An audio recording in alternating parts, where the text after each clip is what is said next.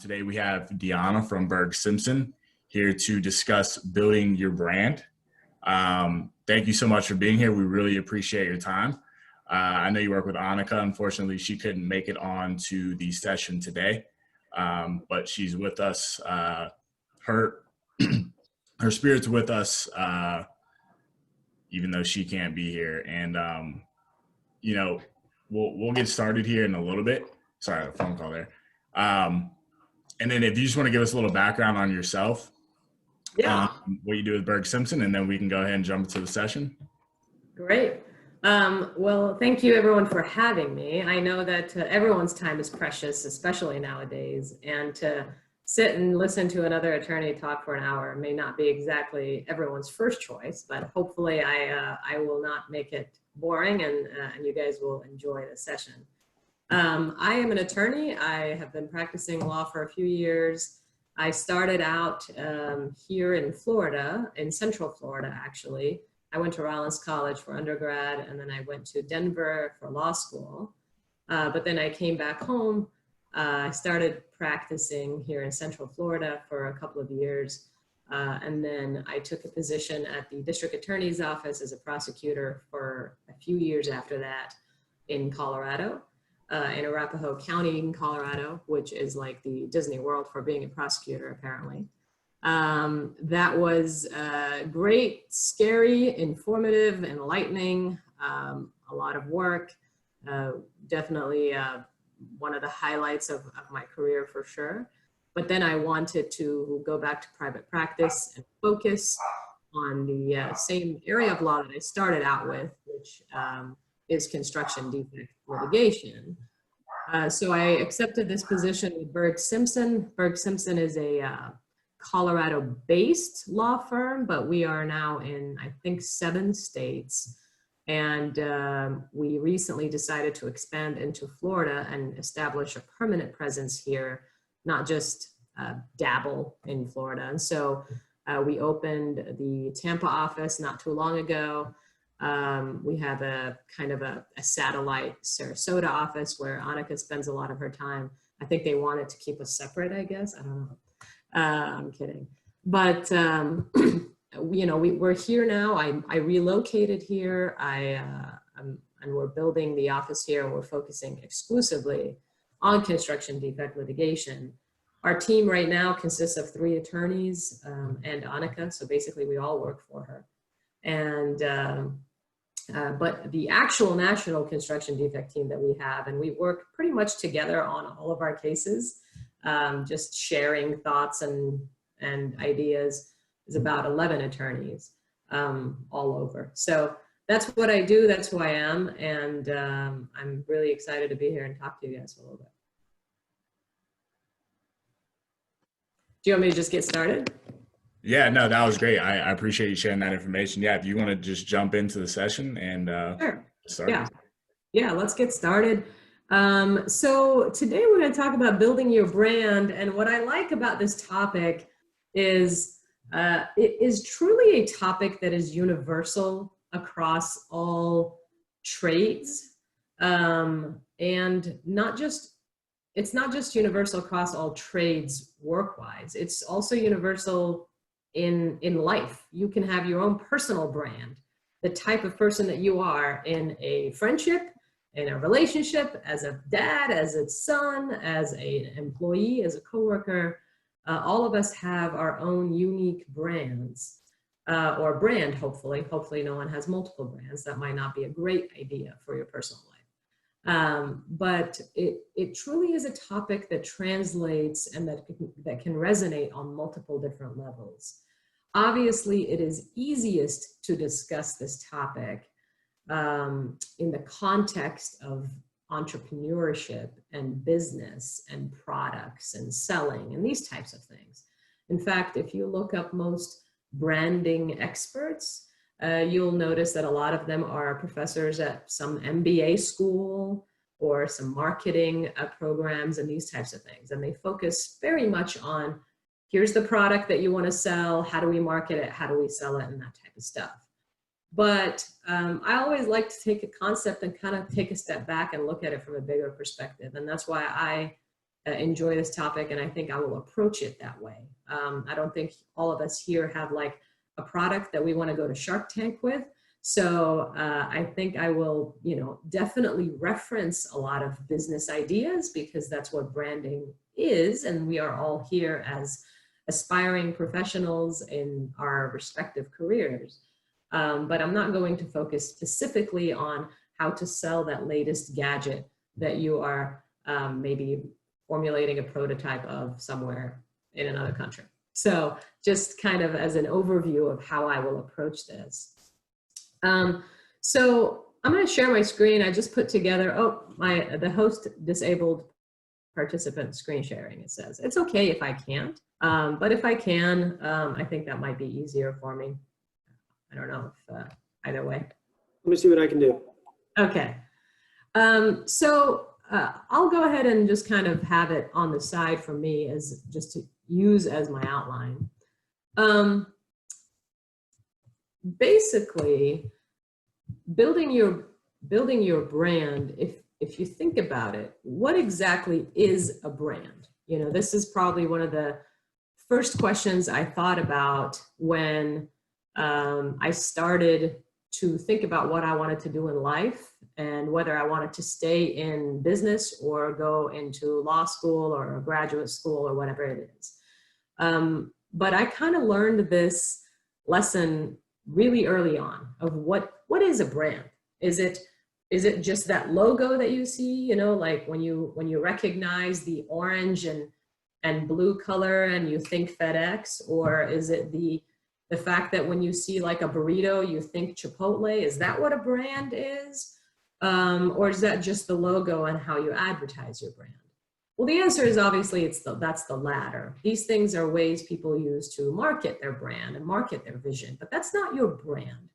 Your brand is really simple. It's who you are, right? Who you are as a person, but more importantly, and this is why people struggle with brand sometimes, it's how you are perceived by others. So it's who you are and how you are perceived. And I think that is the key that a lot of, especially young professionals, miss. Because if you talk to a lot of us, especially millennials, maybe even older, I'm not going to pick on generations here. I have a different session on different generations. But especially millennials, I think most of the time we kind of sit and say, I think I'm a pretty cool person. I'm down to earth. I think I'm funny and I care about people. I give back to the community. I volunteer. I'm chill at work. I don't gossip. I'm just a really good person. That's my brand as a person. But then if you ask 3 other people, maybe without you there, like, hey, what do you think of this person? It's very possible they might be like, I think he's smart sometimes. He's a little late, relatively, which is kind of annoying. It just kind of angers everybody at work, but he's cool. I mean, he's a fun guy. And gosh, how different is that, right? Than what you think you are and how people perceive you. So while brand is exactly who you are, your brand doesn't matter if that isn't how you are perceived, whether it's in your personal life or in your business life. Now, I'm not saying you should always care so much about what people think. You know how we're always taught, don't worry about what people think. It's everything. What matters is about what you think. Well, I don't think that's really true. I think if you want to live in quarantine for the rest of your life, then sure. It doesn't matter what people think of you, your brand, your business, your perception. It only matters what you think. But I don't think I think all of us learned after Corona recently is that we don't want to live in quarantine for the rest of our lives. And so it is important for us to build that perception. I'm not saying it should be a perception that's manipulated, that's not who you are. I'm saying that to build a good brand, you need to bridge the gap between who you think you are and how you are perceived. So how do we do that? That's what we're going to talk about today. That's what building your brand is. You all already have a brand. You can change your brand, I'm sure, that, like, let's say you've gone through a hard time in life, you're spiraling downwards, or you recently did it for some reason. You want to do something different, or you simply want to switch careers, whatever it is, you can certainly change your brand, but most of us already have a brand. We are already adults. We already have a personality. So we have our personal brand, and we already have a job or a profession. And so we have our professional brand. And now building your brand is really, how do I bridge the gap between who I am and what others perceive me as? Okay, so let's go ahead and share this. I think I'm able to do it now.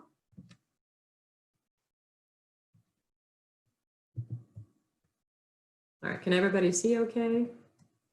Okay, so that's what we'll focus on today, but really it's building and maintaining your brand. I think that is just as important, if not more important. In fact, I think all of us have heard before that it is easier to become rich than stay rich, right? It is easier to get a girlfriend than keep a girlfriend. It is easier to get the job than stay and excel at the job. And so that maintenance part, that maintaining your brand, I think is significantly harder. It is harder because when you make mistakes early on in building your brand, you can fix them. But when you make a mistake after you've been super established, people don't have any more tolerance for that. You're experienced now. The room for error is a lot smaller. And so maintenance is a lot harder. And that's why we'll talk about that a little bit as well. But for the most part, I'm going to focus on the building process. We already went through who I am. I'm an attorney. I'm licensed in both Florida and Colorado. Former prosecutor. I'm also a former adjunct professor at the University of Denver. I used to teach trial practice. And the reason I put this up here is because when you have a bunch of students always challenging you and asking you the most basic questions, like, how do you know the water is wet? How do you know that? Prove it. You tend to really dig deep and try to figure out the answers. And every class I ever taught, I always talked about your brand, your reputation, your personality, and how it follows you for the rest of your life. And so I put this up here because I might reference a couple of stories sometimes with students, because I think that's where I learned most about what it is like to teach how to build a brand and how to actually build a brand. I put these here because of the same reason that we discussed earlier, which is you have a personal brand as well. So I am a daughter, I'm a sister, I'm an aunt to 5 crazy children. I love them all for about 10 minutes each until I give them back to their parents.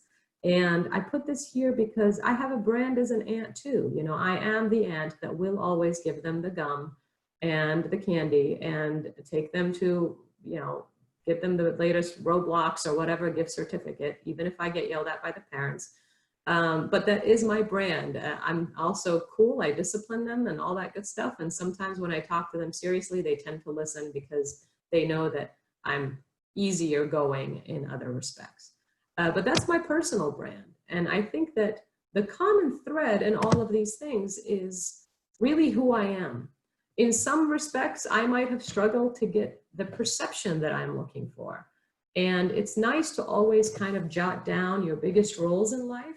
And every once in a while, look at them and think to yourself, okay, as an attorney or as a daughter, do I know who I am? Yes, great. Most of the time, the answer is yes. Is this how I am perceived by the person that matters the most? So like my mom and dad, is this how they see me, the type of daughter that I think I am?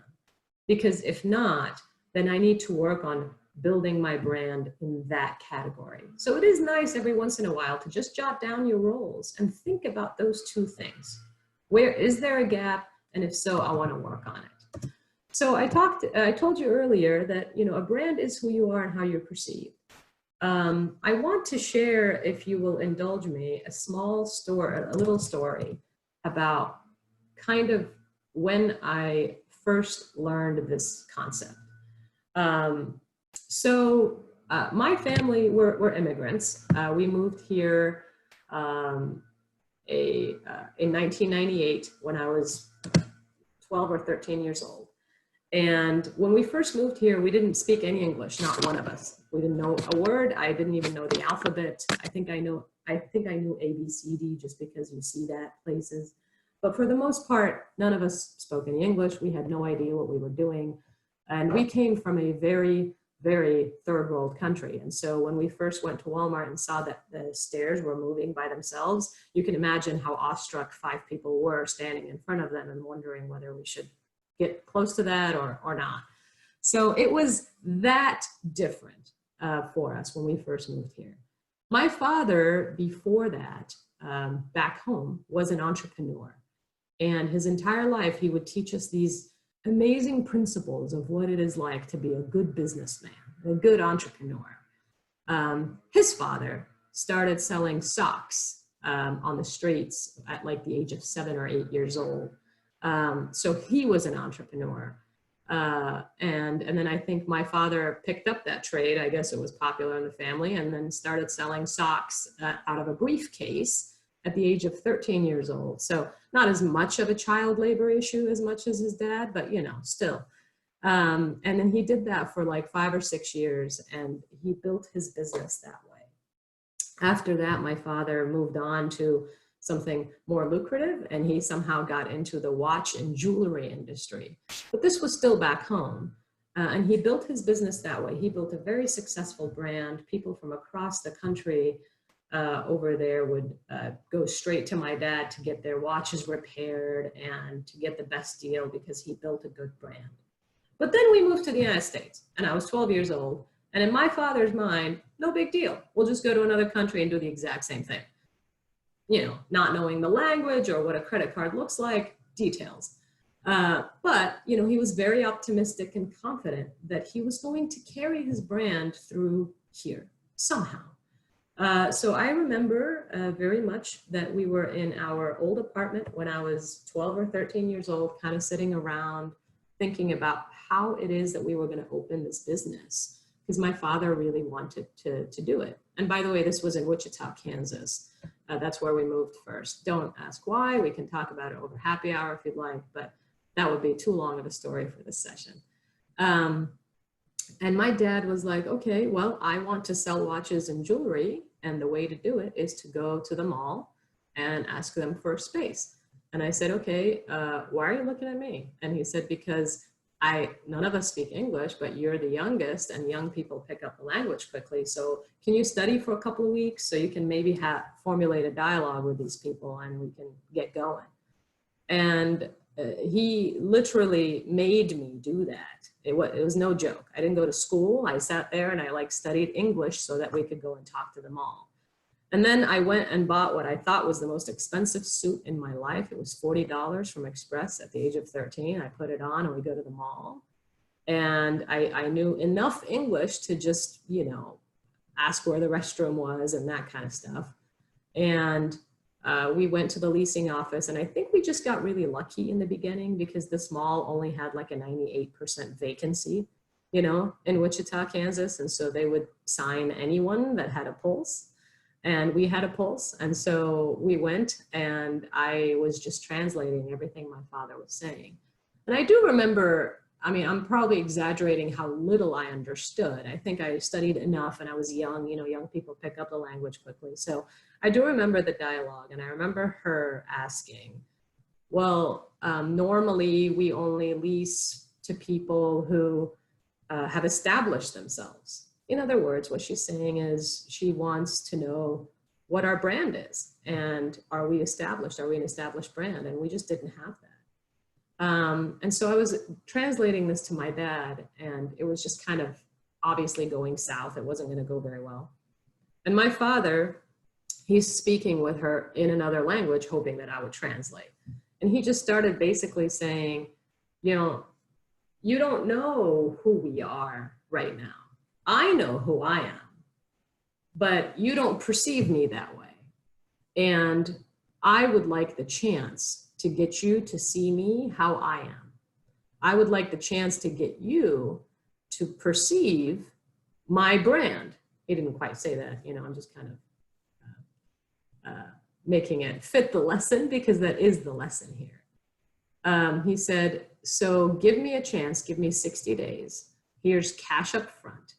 If I can't pay the rent for that third month, or if I am not a good tenant, I will walk out myself, because that is an opportunity that you have nothing to lose for you to see my brand. And he was saying that, obviously hoping I would translate. I think my translation was looking at her and being like, please give us the space.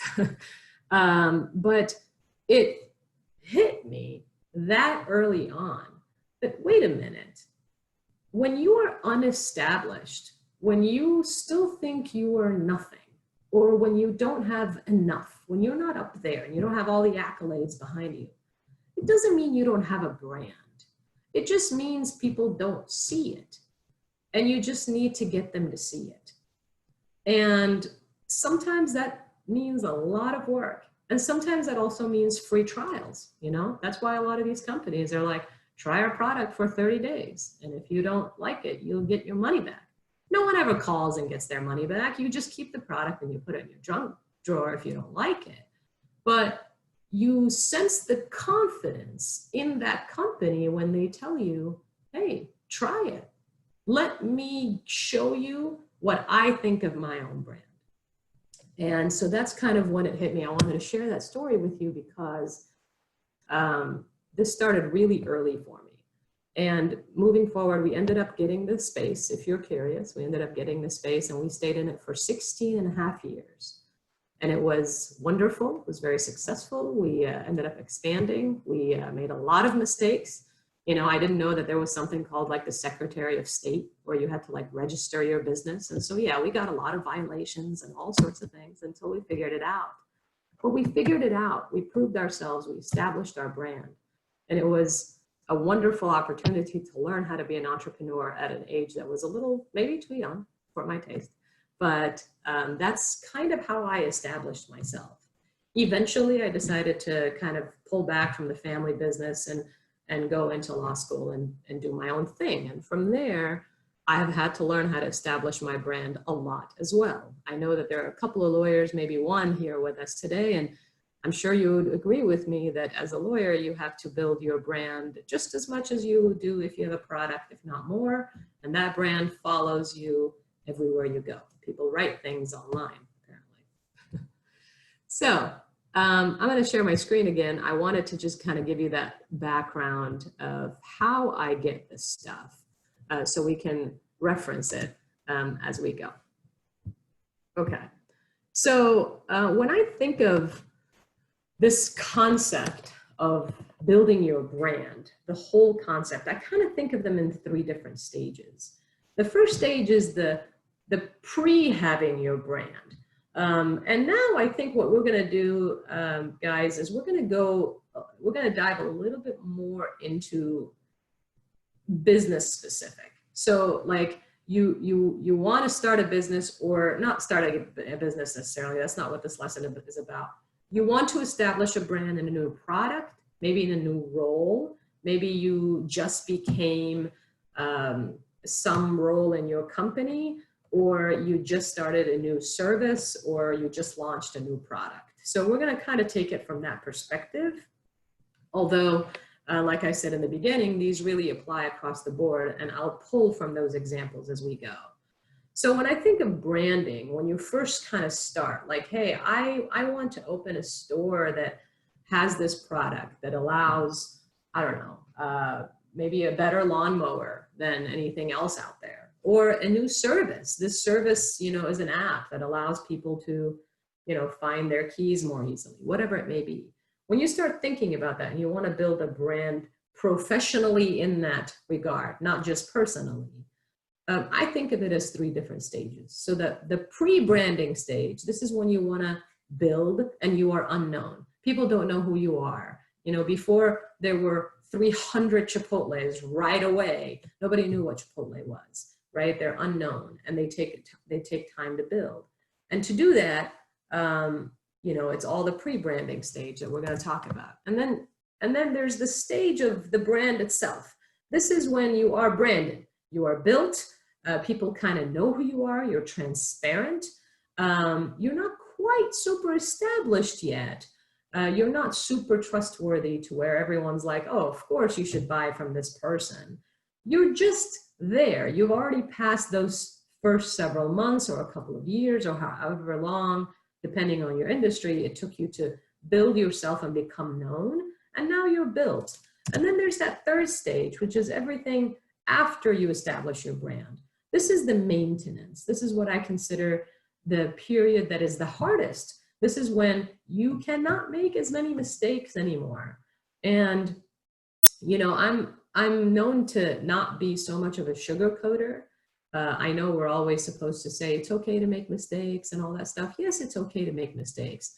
But frankly, this is the stage in your profession after you've built some experience. If after you're now transparent, you have a brand or you have a product and you have focused it and you've marketed it and it's something, there's not as much room for error anymore. Because if you screw it up, people just, unsubscribe from you and you're done because they expect better.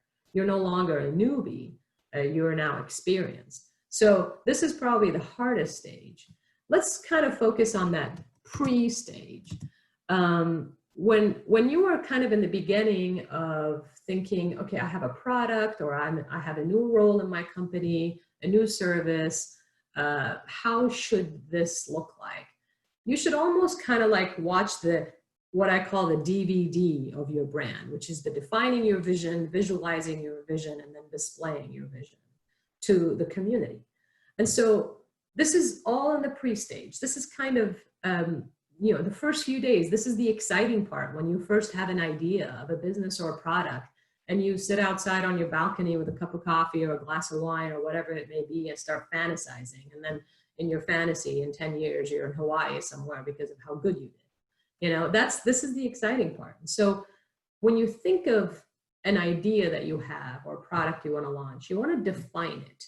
That's the very first thing you have to do. And you want to define it as narrowly as possible. So you define the vision, the business vision. Are you, like, for example, are you going for the luxury services or are you going for the affordable scenario? You can't quite do both. There are a lot of businesses that don't have a definition or a vision for what it is that they want to brand, and they lose. Like, for example, airline companies. I mean, we all know that there's a couple of companies out there, that the airline, the plane tickets are a lot cheaper than your Southwest and Alaskan Airlines. Those are a little bit more expensive. But the ones that have the cheaper airlines, they are targeting or they're advertising the concept of affordable flying. That is what they are doing. Granted, they have to cut enough corners and maybe even charge you for the oxygen that you breathe when you're on the plane. But that is their vision. Their vision is this is an affordable airline. And they do a good job because they know that's their vision. If they try too hard to get everybody on board, it's just not going to work. And so you have to define exactly what your vision is for your product or your business in order for your brand to work. And you have to make sure it fits your personality. I know a guy, he went to college with me, and he was that guy that was like born and in flip-flops and khaki shorts. Those guys that just like, and a hat. And then you can even see the hair like just out of the hat that just stays like that for the next 30 years in his life. Like that, he was that guy. He wanted to open a hair salon because he thought it was a very lucrative business. And it is.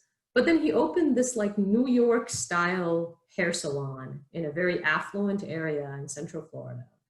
And he had like those, diamond chandeliers, and the hairdressers that he leased chairs to were ones that like had Louboutins on while they're doing your hair and all that stuff.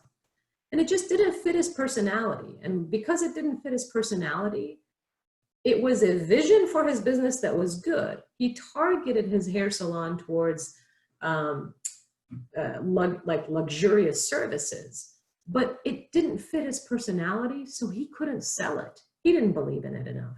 How could people possibly walk into a hair salon like that and see the owner in flip-flops and khaki shorts and still think that he's serious about this, right? So you have to make sure that what you do, the brand that you are trying to build, needs to fit your personality. And then you target your audience and customers that way. Once you have that vision, these are the people that I want to sell to, these are the people that I want to work with, you start to visualize it. You know, you come up with logos and graphics and all that good stuff. These are the fun stages of building your business. And then you start to display. This is the marketing stage. This is when you use your logos and graphics and platforms, when you make a lot of mistakes, and it's okay because you're still building your brand. There's a lot of trial and error here. And most importantly, this is when you frame how people see your brand. So once you have that DVD image and you have your vision, your logos, your mission statement, for lack of a better word, you're ready to go and you're ready to start building. Now is the hard part. This is the actual building process. I had to put this up because this is every single businessman, lawyer, doctor, professional, person who works at Aldo, a barista, every person will tell you, if you don't believe, or who's been through trial and error at least, if you don't believe in your brand, no one else is going to. And this is so true, you guys. If you are doing something that you genuinely don't believe in, I get it. Sometimes we have to take jobs that you have to take because you have to make the income and you have to pay the bills. I get that.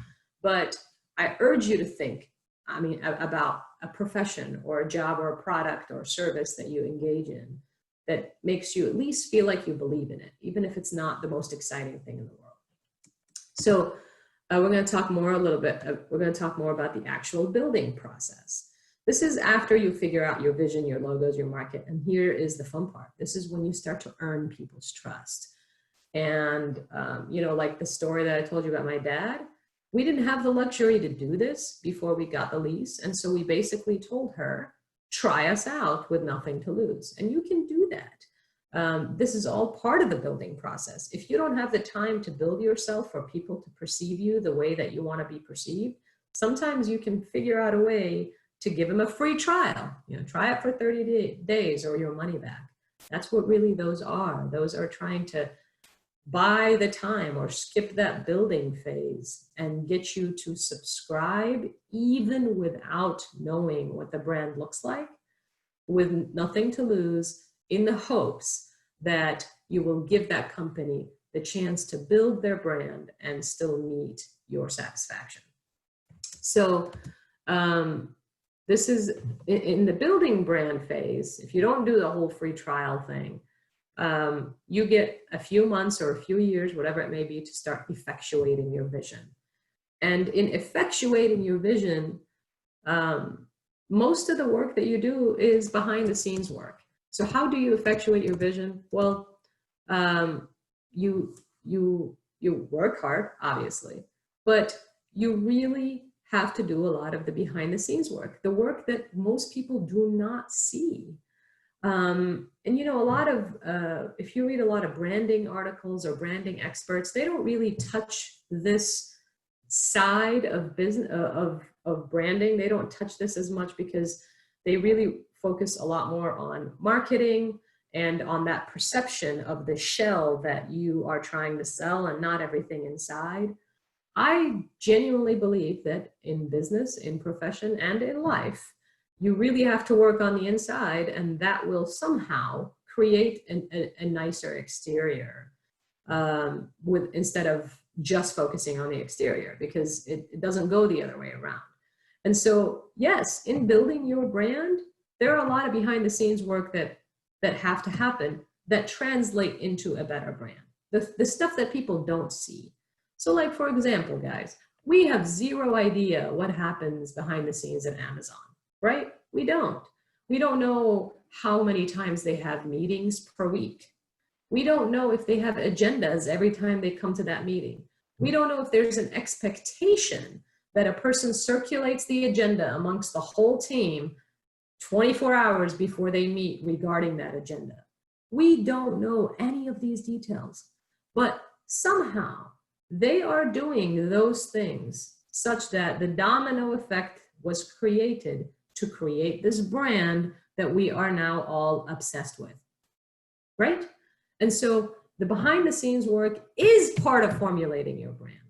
And so that's why I want to talk about it for just a couple of minutes, but I won't touch on it too much because this really does dive more into building a business, you know, the topic of building businesses. But to the extent that the behind the scenes work affect your overall brand, which I think they do, I think it's nice to touch on it a little bit. You have to be organized at work. Organization is key. I think most experienced professionals will tell you organization is key. I want to give you an example of this, if I may, and I think I'll reference maybe when I was a prosecutor for this example. I happen to be a systems freak. I love Excel spreadsheets. I love tasks in Outlook.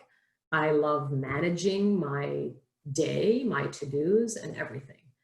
And the fact that that happens means I always got a lot more work, unfortunately, because I had the capacity to take on more work.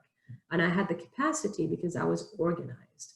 So an example I want to give you with organization is, you know, when I was a prosecutor, the way it works is you have a docket. So each DA will have like a courtroom, right? And each defense counsel will have that courtroom as well. And you have 60, 70, 80 cases at a time, whatever it may be. It's very overwhelming. It's a lot of work. Every single day you're in court, people are coming from the, you know, in custody, out of custody, parents, families. It's just a mess. It's like a zoo every day.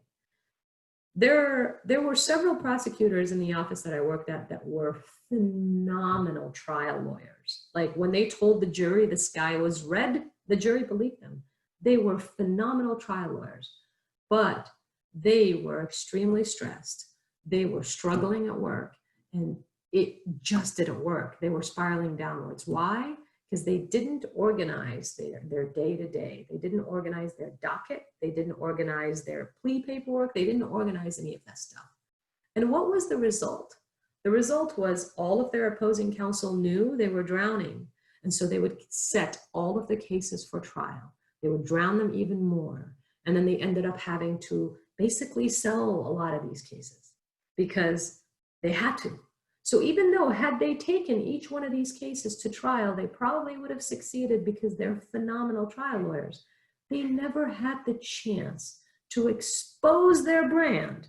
They never had the chance to show people that shell because they couldn't figure it out behind the scenes.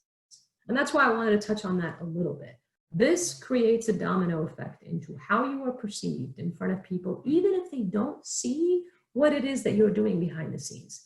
But you are doing that so that your exterior looks good.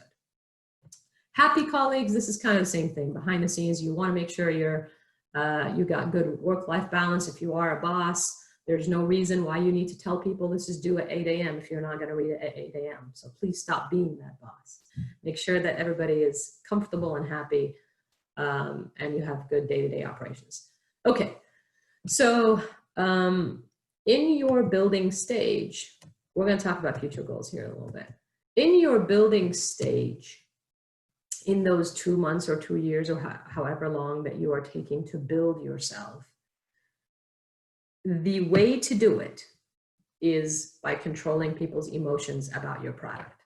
100% of the time, you will succeed if you manage to get people to feel the way you want them to feel when they use your product or use your services or hire you to mow the lawn or whatever it is that you do.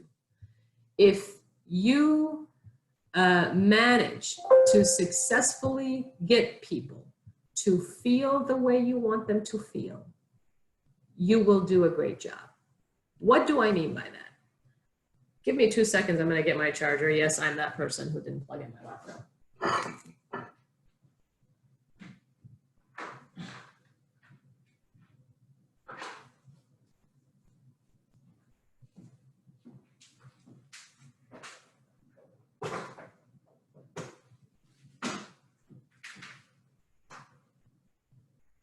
Okay, don't mind me. So what do I mean by that? Because this is kind of weird. You know, we don't always need to bring emotion into everything, do we? Yes, we do, especially when you are working with branding, when you're working with building yourself and advertising. What do I mean by that? You guys remember, especially back in the day, it used to happen a lot more than now. I think people are so sick of it now that companies started to catch on. But, you know, you would watch these commercials and it would be like, are you sick and tired of mopping and never cleaning your floor? Is your mop driving you nuts? And then they have like these black and white, or like the workout ones. Are you sick and tired of doing 100 crunches over and over and over and it never works? Is your back now injured because of the machines that you have tried? Do you want to do a lot less work and have a great body, right? You remember those commercials, I'm sure, all of you. And they have that image of like it's like a black and white video, and it's a person who's so frustrated and they're doing crunches, and they put a big X on it in red. And then they have this person who happens to have like a giant smile on their face while they're working out using that product. And they have like a perfect body or something. And they're like, try our new product, you know, in just 30 days, you'll blah, blah, blah, blah, blah. What did they do there?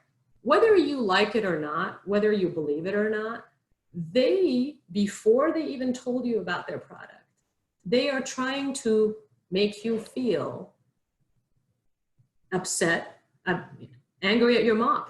Your mop doesn't work, or the crunch machine that you have, or the sit-ups machine that you have. They're trying to make you feel upset about the thing that you currently have. And they are trying to frame your thought process to where you now agree that a solution is needed to a problem that you have, even if you didn't think it was a problem before. They are now getting you to subscribe to this principle that you have a problem and you need a solution. And now here's our product. Granted, I know that those commercials don't work on us anymore nowadays, but come on, we all know that they worked so much on QVC and all these channels that were able to sell a lot of things to a lot of people. I mean, my grandmother has like 900 sets of different toothbrushes because she always thinks that she doesn't have the right toothbrush, because somehow they convince her that are you using the wrong toothbrush because this happens and this happens. And then she's like, yeah, oh my God, I just spent all that money on these products that don't work. I need a solution. And all of a sudden, it's so much easier now to sell your product, because you're not just saying, hey, I have a toothbrush that does this. You are now saying, hey, I have a solution to a problem that you have. And so it's just so much easier. Now all you have to do is sell them the facts, sell them the product. And I know that not all of you are in sales necessarily, and this isn't geared towards sales necessarily. But the concept of framing, and some people call it anchoring, you should read about it. It is extremely powerful, even as an employee, as an associate, as a partner in a law firm, as a person who is selling a product, or as anyone. Framing and anchoring your presentations, your product, your whatever it is all part of building that brand. And you know, it takes a little bit, but it's fun. One of the exercises I used to do with my students, I wish this was in person so I could do this with you guys to explain what framing really is. But I'll just tell you it because I think you'll still get the point. My students struggled to understand framing, I think, more than any other concept. And so we started to do this exercise. I got it from a book called Thinking Fast and Slow. I highly recommend that you guys read it. It's a great book.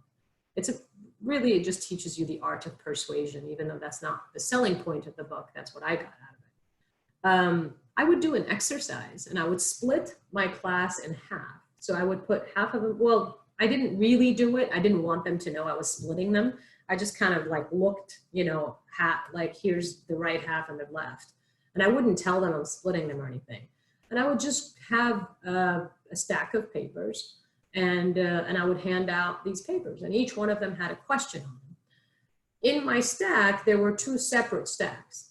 The first stack would say something like, you know, the population of X city is 350,000 people. And then underneath it would say, what is the population of Y city? Okay. And then on the other stack, I had the exact same question that said, but it was different numbers. It said, the population of X city is 10 million people. What is the population of Y city?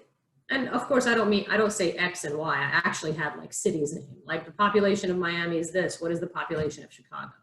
The population of, you know, this country is this. What is the population of Russia? So I would actually put numbers down. And I would hand it to them like this way and this way, but they don't know that. They think they all got the same exact piece of paper. And I tell them, guys, just guess. Give me your gut. Please don't look it up. Just your gut answer. Write it down. And they're like, okay. And they all write it down. And then I say, okay, hey, you. And I look at the right side of the room. They don't know what I'm doing. But I say, what's your answer? And they're like, so that would be the side that got the piece of paper that says the population is 50,000. They would be like, 75,000. And I would write that on the board. And then the next, I would look at this side and say, what about you guys? And they would say, 5 million. That was the side that got the piece of paper that said 10 million, right? And then I kept picking at 2 or 3 of them, and it never failed. It was always the right side of the room that got the piece of paper that says the population of city X is a small number, kept giving me small numbers, even though they were so off. You know, they were not right in answering the question. And then everybody on the left side of the room would tell me in the millions. And I would write it down, and then we'll talk about it. And we're like, guys, what is this? What this is I just framed your thought process by giving you a fact, and it's called an anchor fact. By giving you a fact that may or may not be relevant to the service or to the product or to the question that you are about to be asked. But it is something that put you in the mindset that this is probably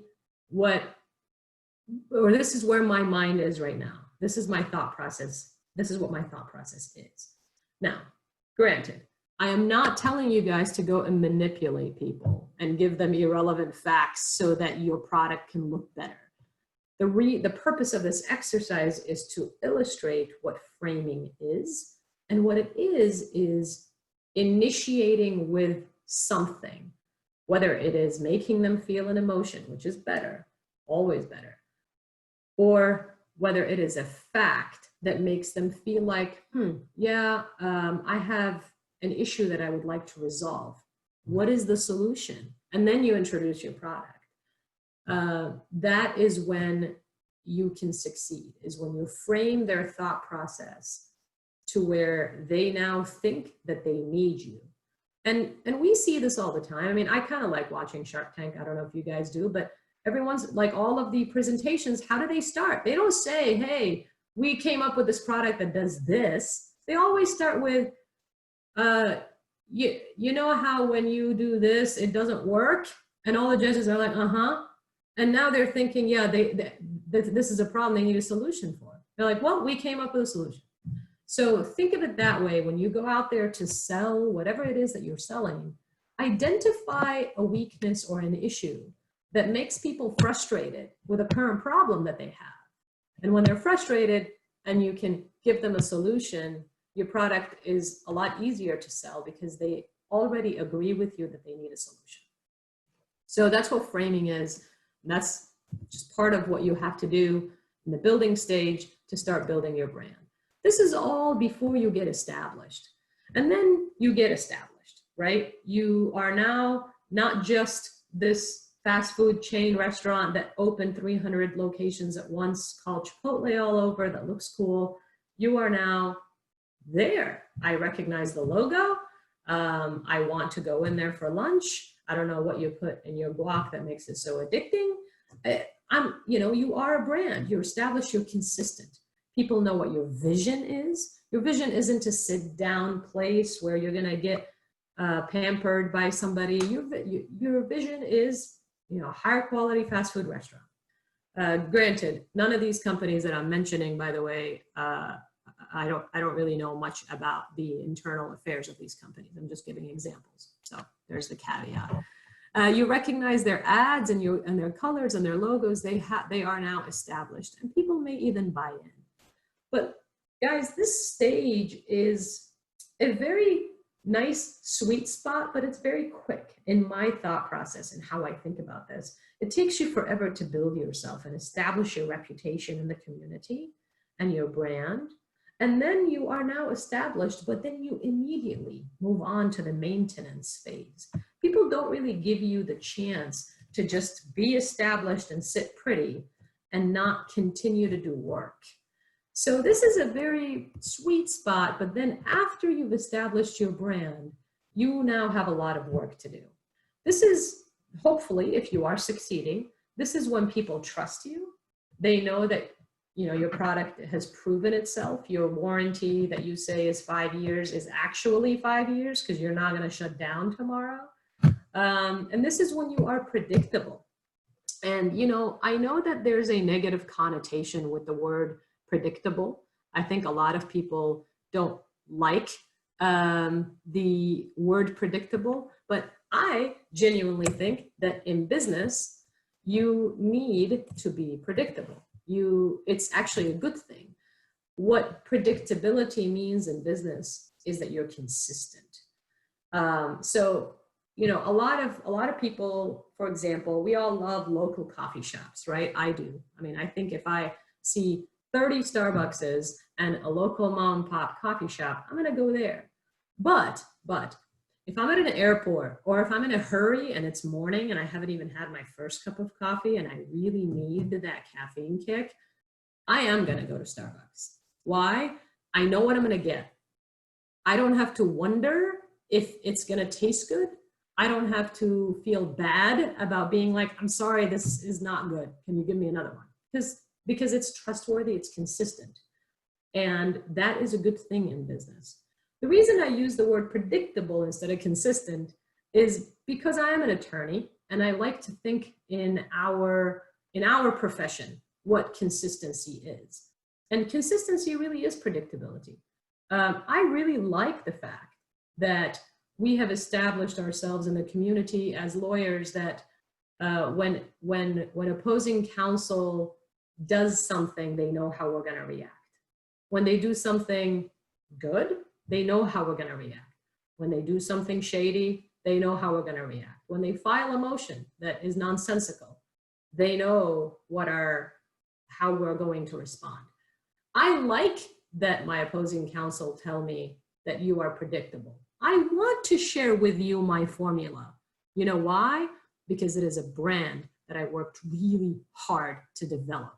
So no, I don't want to be surprising. I want you to know exactly what I'm going to do because it's going to be good.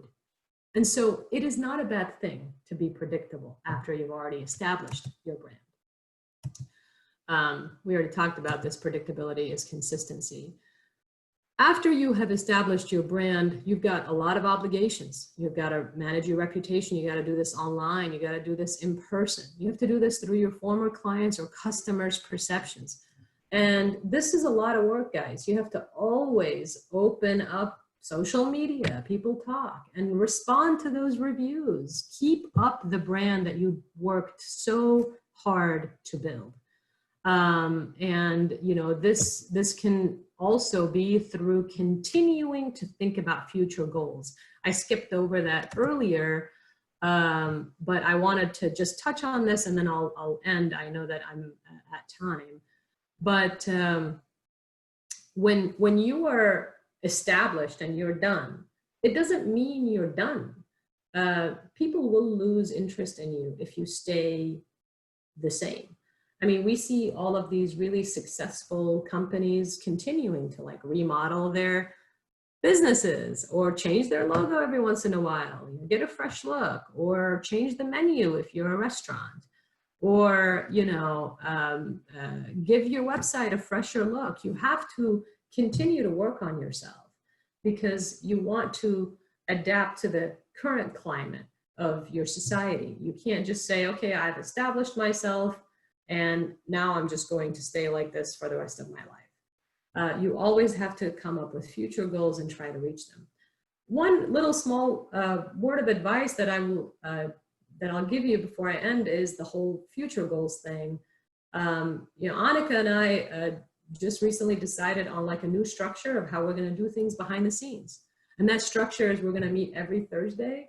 And for 2 hours every Thursday morning, we're not going to talk about current cases. We're not going to talk about marketing. We're not going to talk about clients. We're not going to talk about anything. We're going to go to a new cup of coffee in Tampa so I can finally explore the city. We're going to sit there and we're going to talk about something measurable, identifiable that we can accomplish in the next 90 days. One thing, but we're going to do that every Thursday. And it could be the same thing. It could be something so important that we are still going to talk about it. But, we're already here. We already opened the office. We already have a law firm name that is recognized across several states as a firm that will do everything it can for its clients. But it doesn't mean you stop, because if you stop, you start to slide backwards because nobody else is stopping who's good. You always think of future goals. So I challenge you, I challenge each of you, even if you're a manager, even if you're a boss, even if you're successful, or if you're a beginner, whatever it is, take an hour every week, designate a time, Thursday morning, Friday morning, whatever it may be, to sit down and not think at all about your current to-do list. Future goals are not on your to-do list. They are on your future goals list. Don't write a lot of them. Don't make them vague, like, I want to be a better person. We all want to be a better person. That's all part of our future goals. Make it measurable, identifiable. Like, in the next 90 days, I would like to have installed this software that makes me more efficient. That's a future goal. So I challenge you to do that in your personal life and in your business life. I know that I'm out of time. I apologize. I went a couple of minutes over. I hope you guys got something out of my crazy stories and what I perceive as building a brand. It really is bridging the gap between who you really are and how people see you. So thank you very much for allowing me to do this.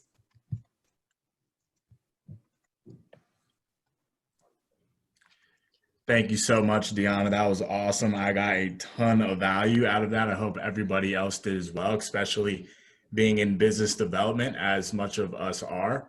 Want to open it up for any questions that some folks might have while we have a couple minutes. Feel free to chime in if you do.